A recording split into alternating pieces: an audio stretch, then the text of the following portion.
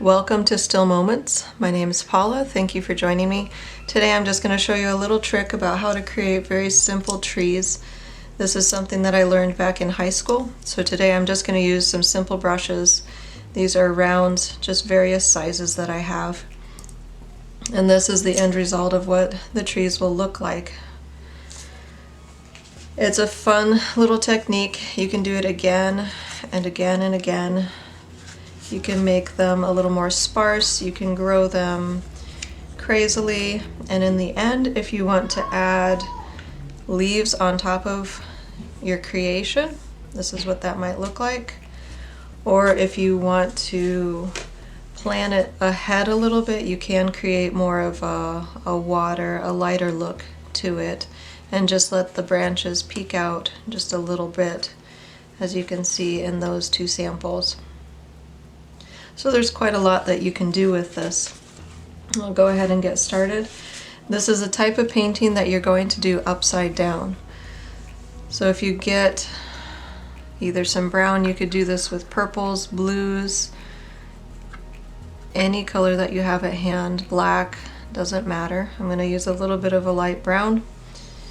And we're going to start at the base of the tree, which is going to be at the top of our painting for today. And if you want to plan that out right now of what that's going to look like, you can, or you can come back at the end and do that. But basically, take your brush, press it down firmly, and as you come toward the top, give it little curves and slowly, slowly lift off as you go. Okay? That is the trunk of the tree, and when a tree grows, every time there's a little bit of a bump out, that means that there was a branch that grew there, and the tree put energy into that point, and the main trunk of the tree then turned this way. So every time there's a little bit of a bump, give another little curve, slowly lift off as you go.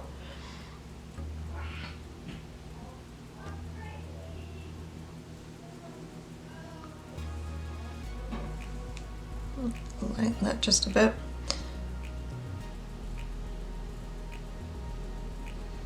So your branch should be thick at the trunk and then getting lighter as you go. And you can do this again and again. Every time there's a bump, you give it a little bit of a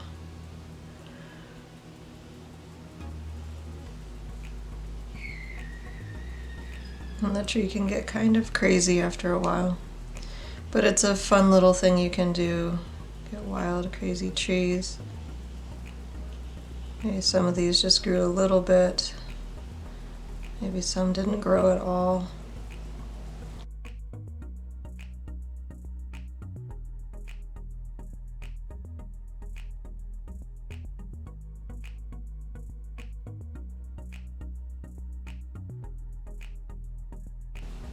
And right now, this is just a size 6 brush. If I felt like I needed to move down into a smaller brush, that's what you would have the different sizes for.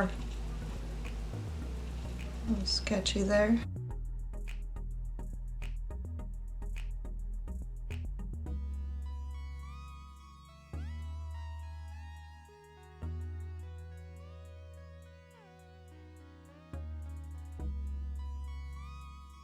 And if you come back and paint over sections, it'll feel like shadowing, so that's fine if you need to start up from the branch and then move into the more twigs and sticks of the tree. Smaller areas. So then when you finished whatever you want that to look like, you would turn it around. Feel free to go ahead and touch up little sections. Looks like I left this rather thick branch right here pretty bare, and I could come back in and give it more detailing. This is a size 0 brush, so it definitely doesn't have as much weight as a size 6. Okay, so that is a very simple way to make a tree. You just wave the trunk, just give it a little wave to it, and then from each bump out is another branch that grew at some point. And then right here, if I go back to my examples, you can then just splotch some leaves. I put some yellow toward the top where the sun would shine on it, and some blues and some greens. And I did it quite thick to make the branching kind of hide underneath there, so that it almost looks like gouache, which is an opaque type of watercolor. An opaque meaning that you can't see through it as well. If you had wanted it to have a more translucent appearance, like watercolor, a little bit lighter look to it, you can do this process first of all with a pencil. So same process, but I take just a standard pencil. This is a 2B, which is the standard pencil in any school, office, anywhere. It doesn't have to be an artist's pencil. This is the bottom of my painting again, and I would pull it towards me, and I'm just making a very faint line. Give it a bit of a wiggle. From each of these comes another wiggling branch.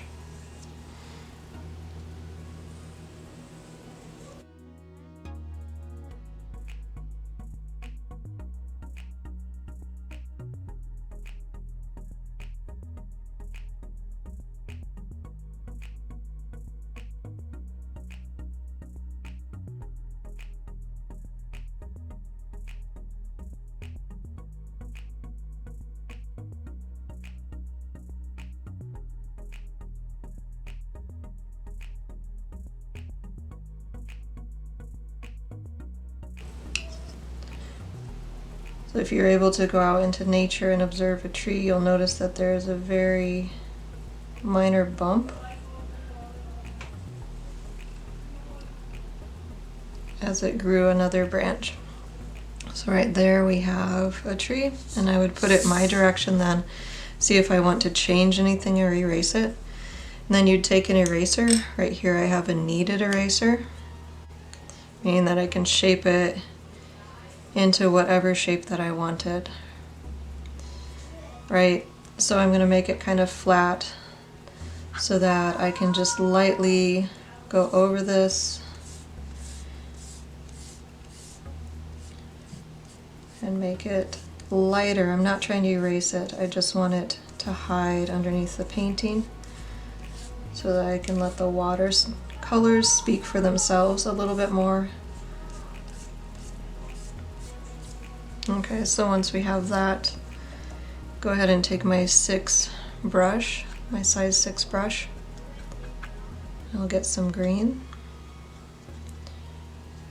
I'll go ahead and usually leaves grow on the tips of the branches, not so much on the thicker branches themselves. There are times when a tree has to sustain itself more and it'll grow off little offshoots off of a branch.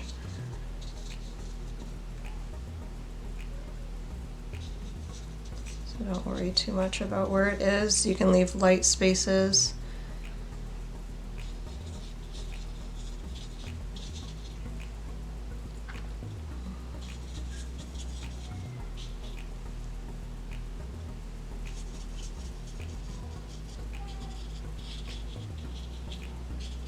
Fill it in just a bit so it's not too sparse of a tree.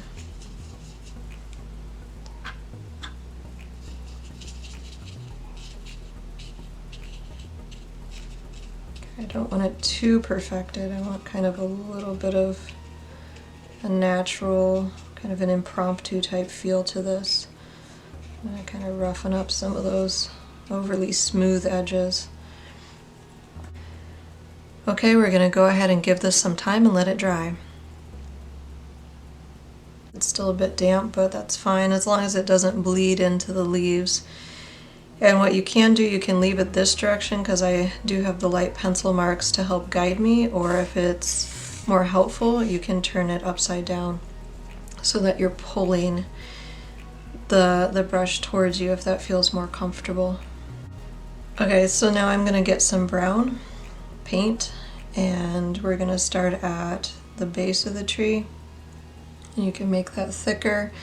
This is my size 4 brush, so I would have to do a couple strokes to make that bigger, instead of the 6, which I can just press quite a bit wider. And then we come up into the branches and it starts to branch off.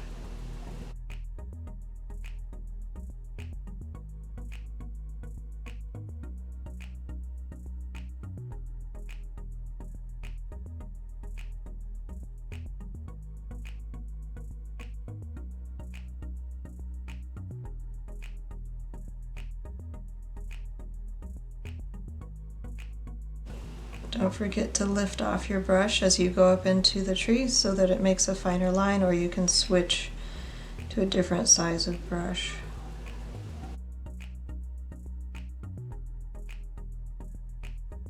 I'm adding just a bit of blue to my brown to give it a darker tone.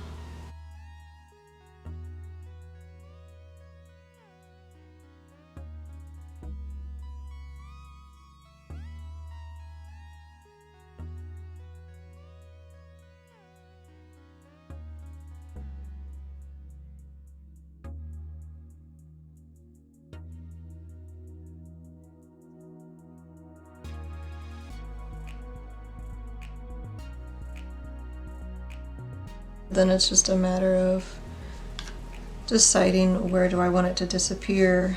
Looks like there's a little bit coming out right here. Don't feel like you have to create all of the lines back in there.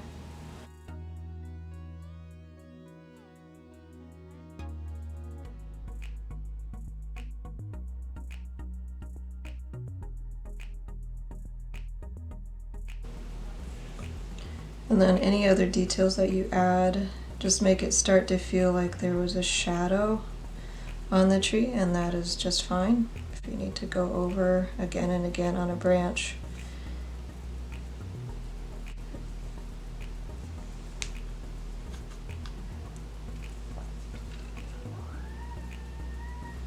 And that just helps it feel like it has more detail. It won't feel like a mistake.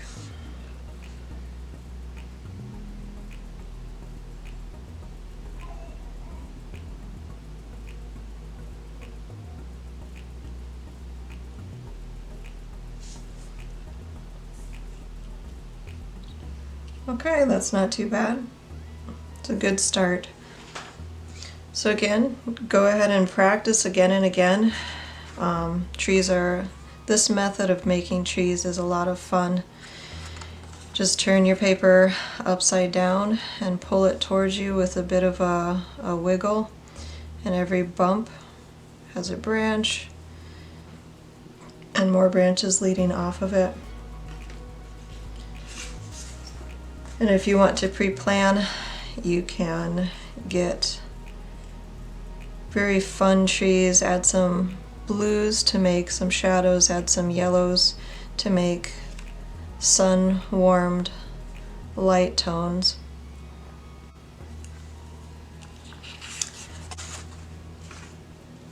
If you've enjoyed this video, don't forget to hit the like button and subscribe. Thanks for joining me, and I hope you'll catch me next time.